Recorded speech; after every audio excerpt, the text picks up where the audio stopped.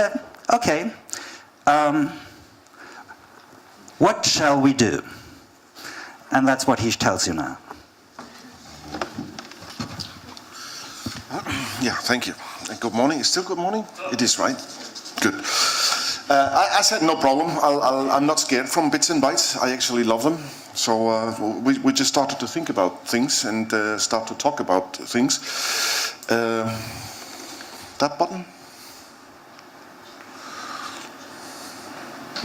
That's a nice one. Oh, you're falling down. Ah. Ah. So you see, I love technology. I like to push buttons and stuff like that. Okay.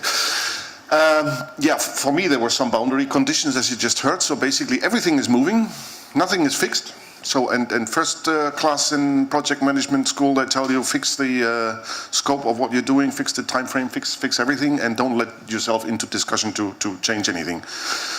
That didn't really match out. I wrote it down, so there's multiple existing systems, multiple systems that will be keep running at the same time, old systems, new systems at the same time. We will do migrations while we still work on the registers.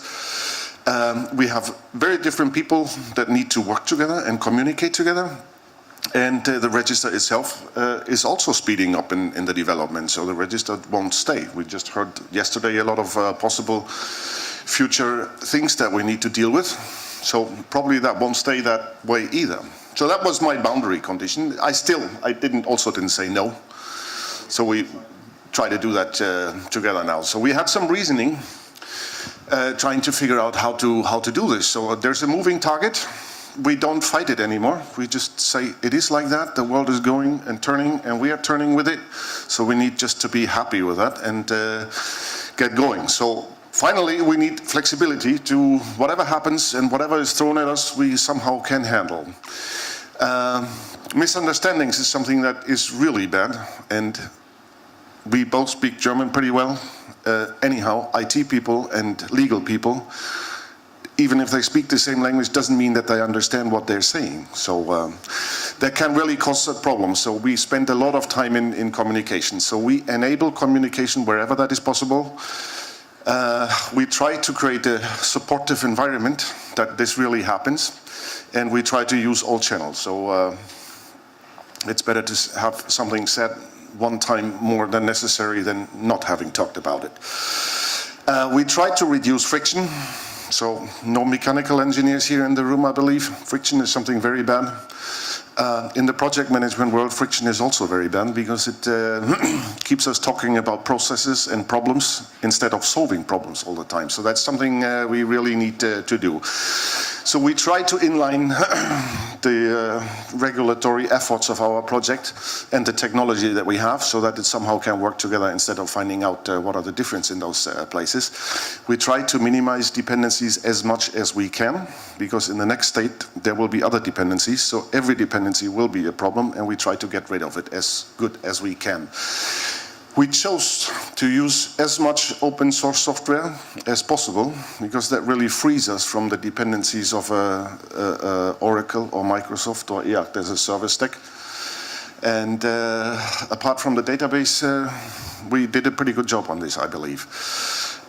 We keep a constant look at the solution and the quality of the solution. We do a lot of automated tests. We invite users very early in the process to see if the users believe that this system will be helping them to do their work better than the older system.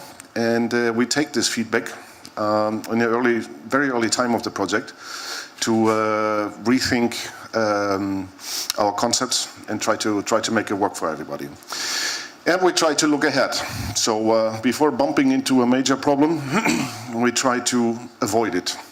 And then we need good ideas, we need flexibilities, and sometimes it's just easier to go around the rock than through the rock, especially if you want to go to the airport in the afternoon, so that if there's a time pressure on the situation. So that's what we try to do. On the project execution, the first project that goes until line 20 about. Will end this year. This is the core system of the trade register system that we're building. The other line, on the last 5 lines, is our sister project the land register, which will run a little bit longer. At the end of the year, we hope that all the core functionality will be done. So next year we will do some integration work and the migration work that we've been talking about earlier. On communication, one of the most important things when you do projects, really make sure that the people working together in the projects do talk, do understand each other, and do listen. Sometimes it's not very easy with 16 states, federal organization. There's not one single boss that will just decide for somebody. So there's 16 at least, usually some more. And so really make sure that you get this information done and spend time and effort on making the communication happen. So on technology, we use SQL databases for the storage, for the content of the actual register and the work in progress data. We use Java for the server-side logic. We don't depend on a special application server.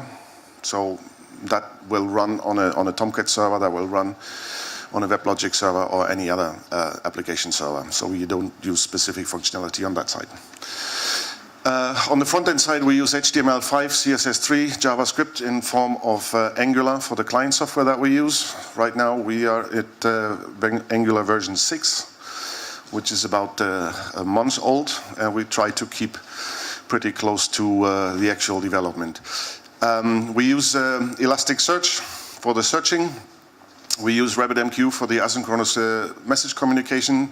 We use Redis for caching purposes, and we use Jinja2 for text generation inside the application.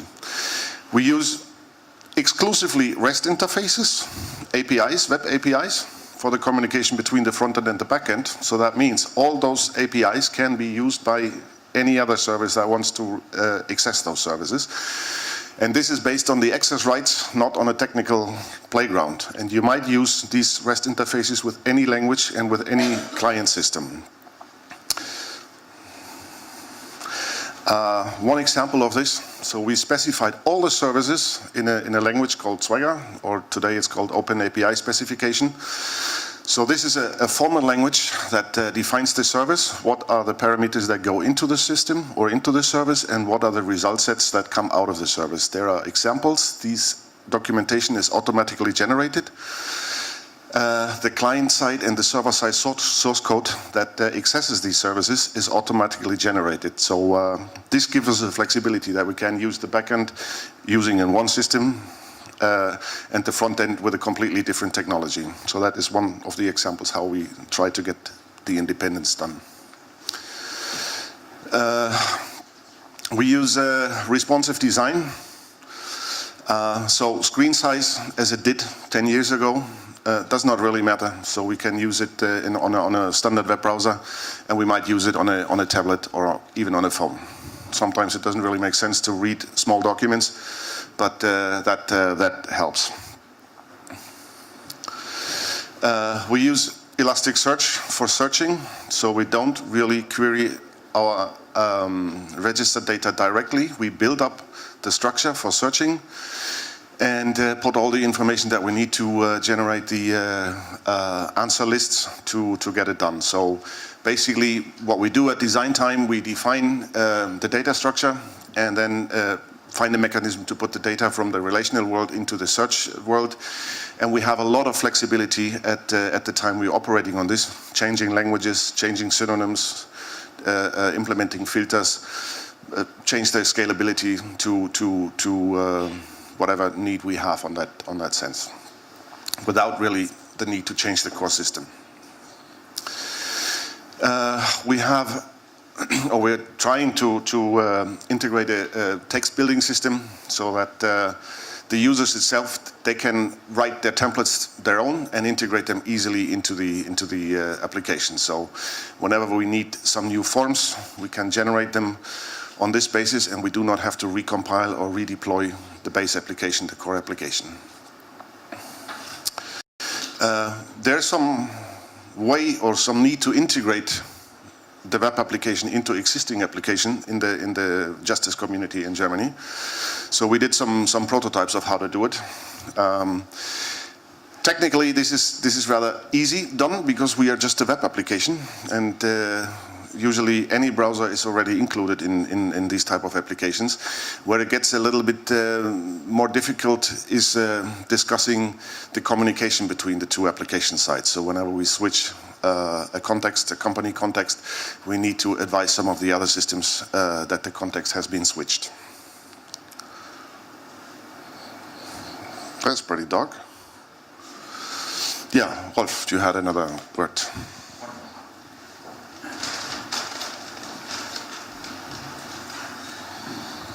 So that completes our presentation, but I just have, I had a promise 5 weeks ago.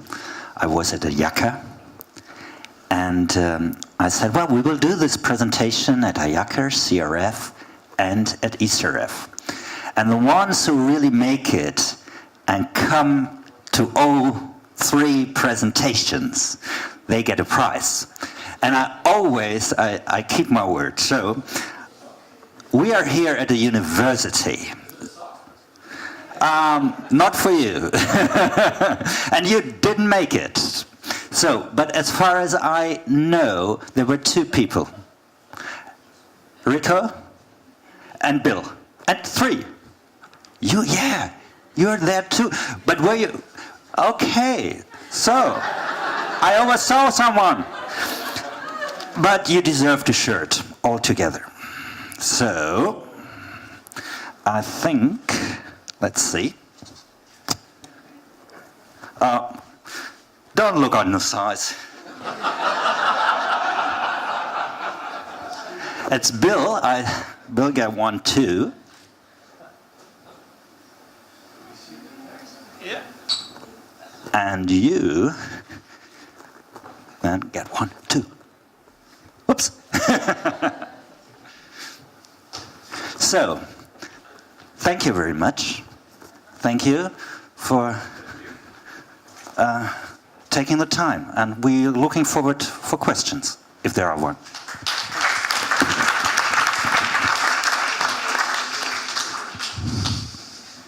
There is time for a question if somebody would like to ask a question.